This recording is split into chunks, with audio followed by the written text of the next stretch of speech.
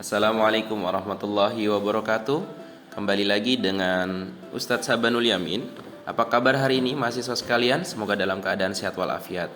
Pada pertemuan kedua hari ini kita akan belajar mata kuliah Sejarah Pendidikan Islam. Siapa yang sudah belajar sebelumnya? Oh, belum ya? Baik, tidak apa-apa.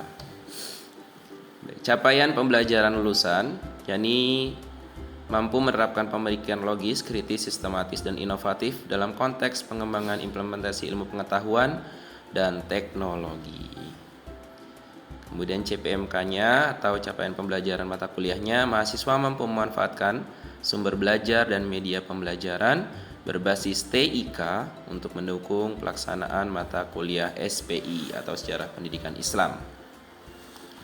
Sub CPMK-nya, kalian diharapkan bisa menjelaskan konsep dasar pertumbuhan pendidikan Islam pada masa pembinaan, masa awal Rasulullah berdakwah.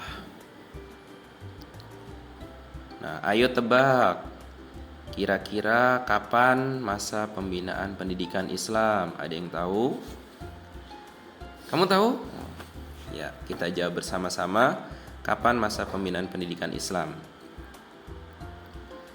Masa pembinaan pendidikan Islam adalah masa di mana proses penurunan wahyu atau ajaran Islam kepada Nabi Muhammad SAW dan prosesnya berlangsung selama 22 tahun atau 23 tahun.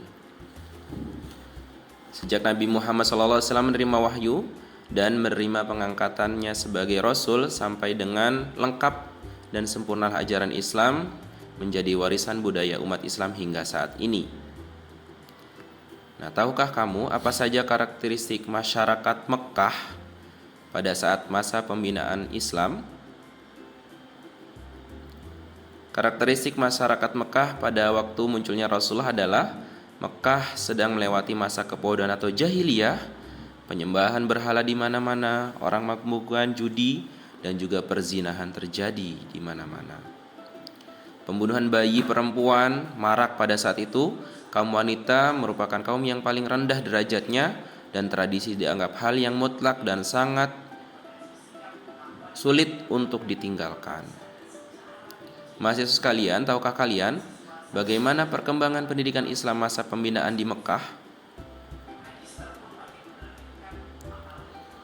Perkembangan pendidikan Islam pada masa pembinaan di Mekah, yakni Nabi Muhammad melakukan khalwat, kemudian turunlah wahyu surah Al-Alaq ayat 1-5 dan Mudassir 1-7. Apakah kalian tahu apa saja 3 tahapan pendidikan yang dilakukan Rasulullah SAW selama berada di Mekah?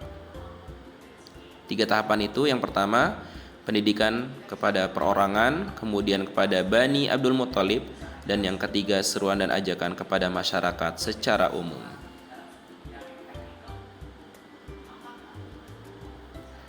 Dalam memberikan pembinaan umat Islam di Mekah, ada 2 bidang pokok yang diajarkan atau digarap oleh Rasulullah. Yang pertama adalah bidang tauhid, penanaman tauhid, teori dan praktek, dan yang kedua adalah pengajaran Al-Quran.